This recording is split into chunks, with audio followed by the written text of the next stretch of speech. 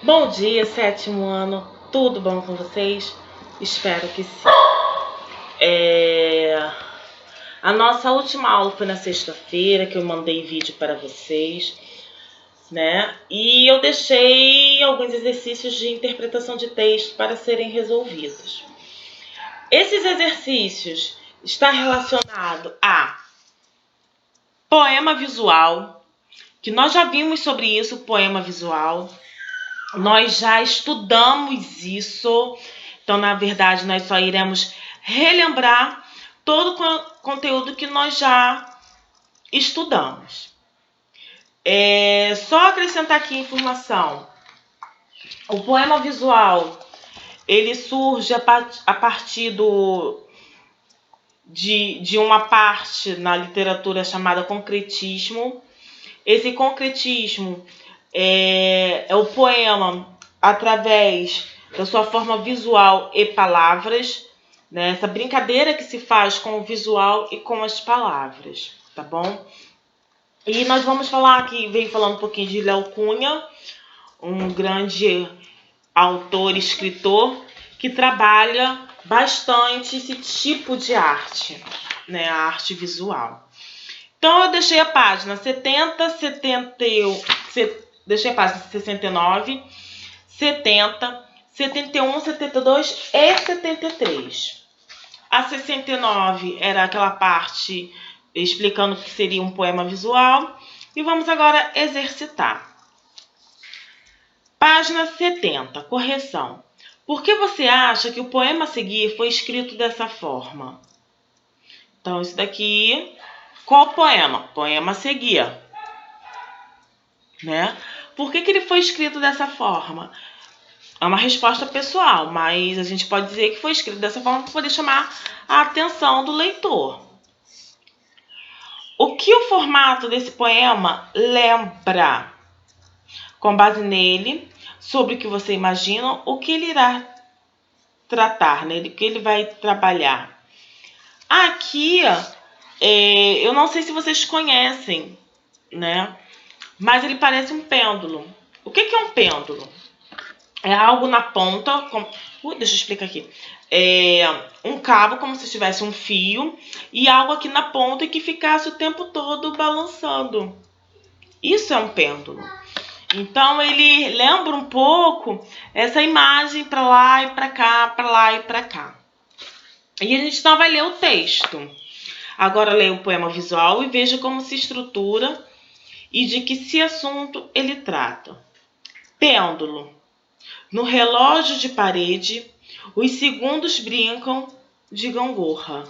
Então, se vocês observarem, vem escrito pêndulo. No relógio de parede, os segundos brincam de gangorra. Página 71. 1. Após a leitura do poema, as hipóteses levantadas se confirmam? Sim, explica um pouco o nosso pensamento, né, o primeiro pensamento. 2. Em um poema visual, a forma e o conteúdo se relacionam a fim de criar sentidos. Você conseguiu associar o conteúdo à forma logo que observou o poema? Na verdade, assim, é uma resposta pessoal, mas logo de início, logo assim, a primeira visão, a gente não consegue perceber que é um pêndulo. A partir do momento que a gente lê, né, que a gente tenta analisar esse poema, é que a gente percebe, sim, o significado da imagem com as palavras. 3. No poema, o eu lírico, é a pessoa que escreve, compara o movimento do pêndulo a um objeto. Que objeto é esse? Ele compara com uma gangorra. De que forma esses dois objetos se aproximam?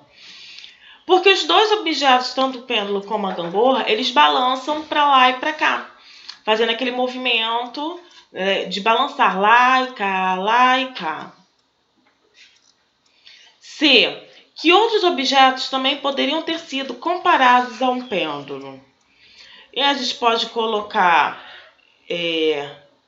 o balanço talvez vai até mais do que a própria gangorra, né? Porque a gangorra, ela não vai para um lado e para o outro, ela vai para cima e para baixo, né? E o balanço ele já vai mais para um lado e para o outro. O sino, a gente pode pegar também a imagem do sino, quando a gente balança o sino, né? A partezinha, aquela bolinha do sino que ele balança para um lado e para o outro.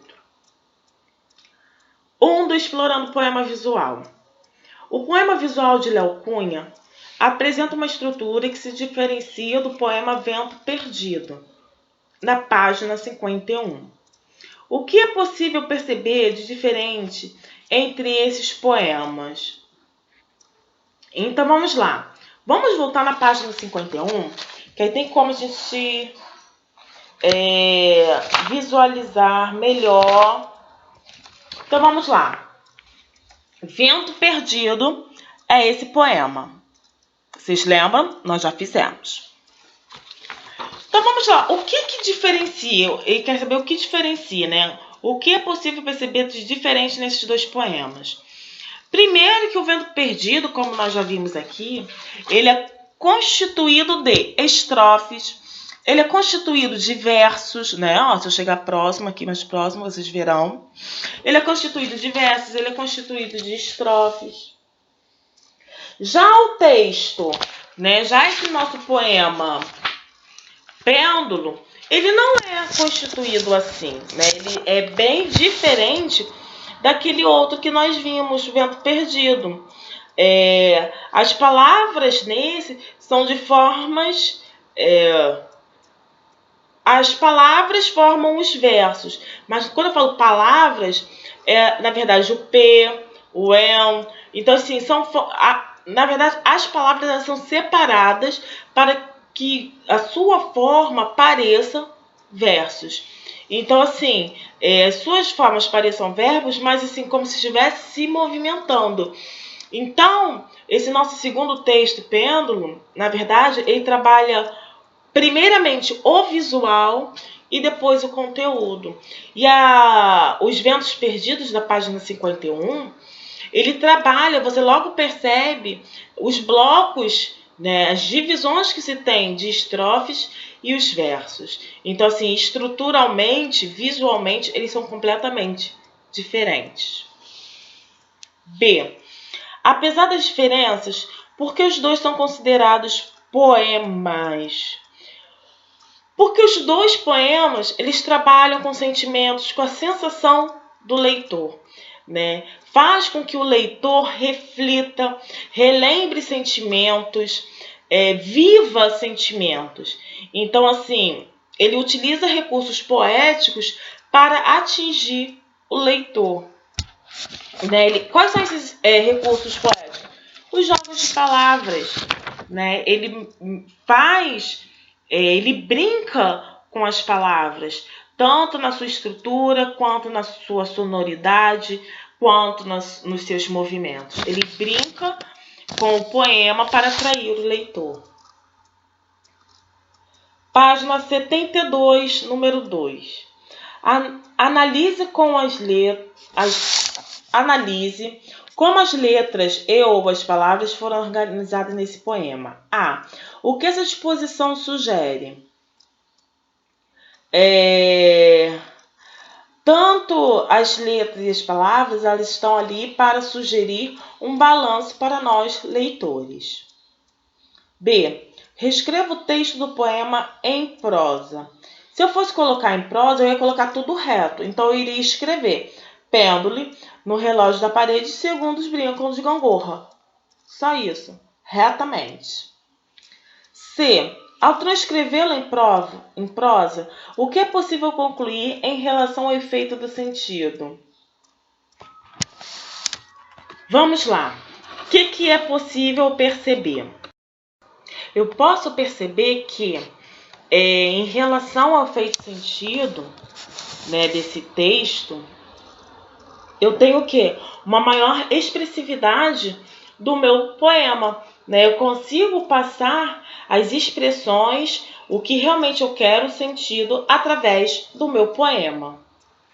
D. Que brincadeira o eu lírico faz por meio da mensagem escrita? A brincadeira de balanço de um pêndulo, né, numa parede, num relógio de parede, né? Então ele fica para lá e para cá.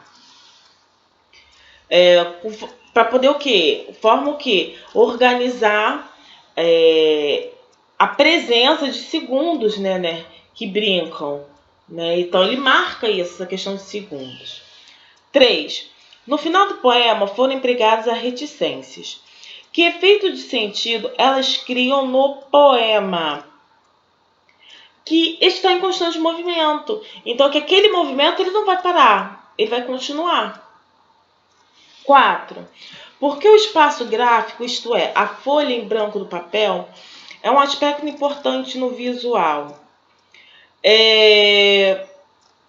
Porque, primeiro, toda e qualquer folha, página, né, existente, cria um efeito de expressões no texto. Então, quando ele tem aquela folha branca, ele consegue passar claramente, né, ele passar com maior facilidade qual foi a intenção dele, que era mostrar aquele balanço como se fosse um relógio. 5. De que forma o poema visual Pêndulo utiliza a folha branca para construir o texto?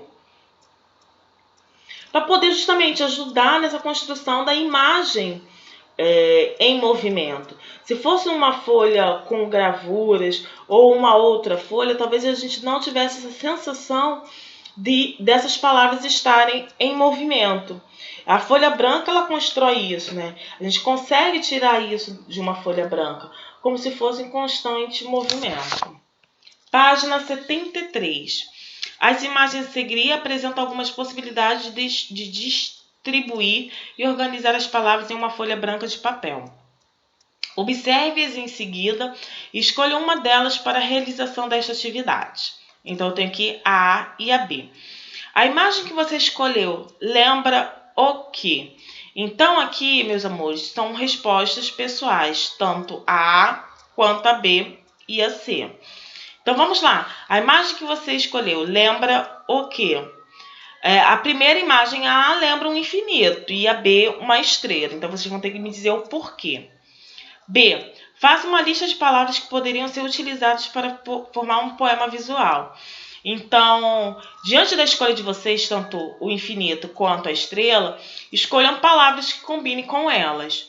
E na C, vocês terão que formar, né, fazer um formato, colocar essas palavras para que possam formar um poema visual. Então, na verdade, isso daqui nós iremos praticar, né? Nós iremos formar um poema visual.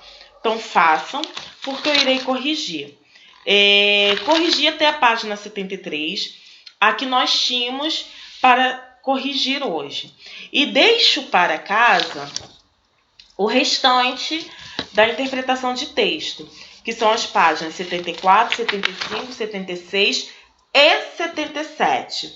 Continua também sobre poema visual, ok? Então, para casa, 74, 75, 76 e 77. Independente da nossa próxima aula ser gravada online, né, ao vivo, eu não vou falar, nós iremos fazer a correção.